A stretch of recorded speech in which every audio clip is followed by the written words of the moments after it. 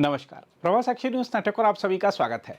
Hurriyat conference के पूर्व अध्यक्ष और लंबे समय तक कश्मीर की अलगाववादी राजनीति का अहम हिस्सा रहे प्रोफेसर अब्दुल गनी भट्ट का 90 वर्ष की आयु में निधन हो गया। उनके निधन के बाद उन्हें लेकर तरह तरह की प्रतिक्रियाएं सामने आई हैं। कहीं उन्हें संयम की आवाज कहा गया तो कहीं संवाद का समर्थक।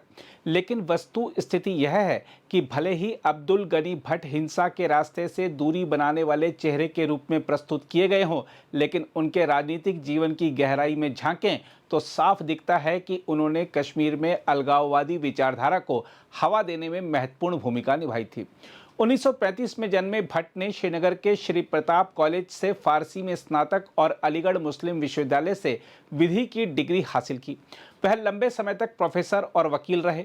1986 में उन्होंने राजनीति में कदम रखा और मुस्लिम यूनाइटेड फ्रंट यानी MUF के संस्थापक नेताओं में शामिल हुए।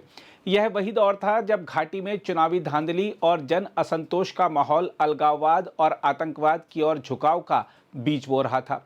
1987 के विधानसभा चुनाव के बाद जब MUF को सत्ता से दूर रखा गया और व्यापक गिरफ्तारियां हुई, तभी से अलगाववाद को नई ऊर्जा मिली। भट्ट भी जेल गए और इसके बाद उन्होंने मुख्यधारा की राजनीति से किनारा कर हुर्रियत कॉन्फ्रेंस के मंच पर अपनी पहचान बनाई। 1990 के दशक में जब कश्मीर आतंकवाद से झुलस रहा था, उस दौर में हुर्रियत ने अलगाववादी एजेंडे को वैचारिक आधार देने का काम किया। भट्ट सैयद अली शाह गिलानी और अन्य नेताओं के साथ इस संयुक्त मोर्चे का हिस्सा बने, जिसने कश्मीर को भारत से अलग करने की मांग को अंतर्राष्ट्रीय मंचों तक पहुंचाया। भट्ट को अक्सर हुर्रियत में उदारवादी या संवाद समर्थक नेता कहा गया। उन्होंने अटल बिहारी वाजपेयी और बाद में डॉक्टर मनमोहन सिंह की सरकारों के साथ बातचीत में भागीदारी की। लेकिन यह भी सत्य है कि संवाद की वकालत करते हुए भी भट्ट ने कभी भारत की संप्रभुता को स्पष्ट स्वीकार नहीं किया था। वह हथियार उठाने के विरोधी थे, परंतु अलगाववाद की विचारधारा के पैरोकार बने रहे। यह भी तथ्य है कि केंद्र सरकार से बातचीत का समर्थन करने पर हुर्रियत में फूट पड़ गई थी और संगठन दो हिस्सों में बट गया था। इसका अर्थ यह था कि भले ही भट्ट संवाद के पक्षधर थे, लेकिन उनका एजेंडा भारत के भीतर कश्मीर का शांतिपूर्ण समाधान नहीं, बल्कि अलगाववाद को वैधता दिलाना था। हम आपको बता दें कि भट्ट ने लंबे समय तक बंद यानी हड़ताल की राजनीति और हिंसा से असहमति जताई, लेकिन उन्होंने कभी भी भारत विरोधी एजेंडे को स्पष्ट रूप से खारिज नहीं किया था। उनकी भूमिका ने अलगाववाद को बौद्धिक और संयमित चेहरा दिया, जिससे यह धारणा बनी कि हुर्रियत महज आतंकी संगठनों का मोर्चा नहीं, बल्कि एक राजनीतिक विकल्प भी है।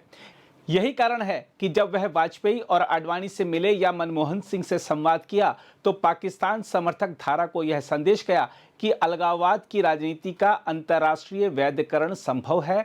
यह अप्रत्यक्ष रूप से आतंकवादियों और उनके समर्थकों के लिए प्रोत्साहन का कार्य बना। दूसरी ओर भट्ट के निधन पर उमर अब्दुल्ला, महबूबा मुफ्ती, मीरवाइज, उमर फारूक और अन्य नेताओं ने उन्हें संवाद का प्रतीक और संयम की आवाज बताया है। लेकिन यह भी विडंबना है कि वही भट्ट हुर्रियत के अंतिम अध्यक्ष बने, जिनके नेतृत्व में संगठन विभाजित हुआ। उनकी विरासत आज भी विवादित है। सवाल यह है कि क्या वह वास्तव में समाधान खोजने वाले थे या अलगाववाद को वैचारिक चाशनी चढ़ाने वाले थे। साथ ही अब्दुल गनी भट्ट का जीवन कश्मीर की राजनीति की जटिलताओं को दर्शाता है। उन्होंने बंदूक और हिंसा से दूरी बनाई, लेकिन अलगाववाद की जड़ें मजबूत करने में योगदान भी दिया।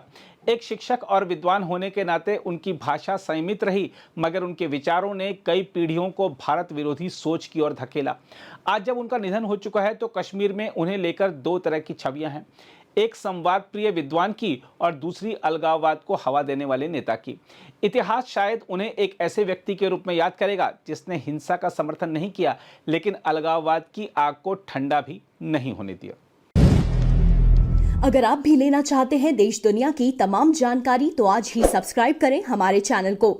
साथ ही नीचे दिए बेल आइकन को जरूर दबाएं ताकि हर अपडेट आप तक पहुंच सके।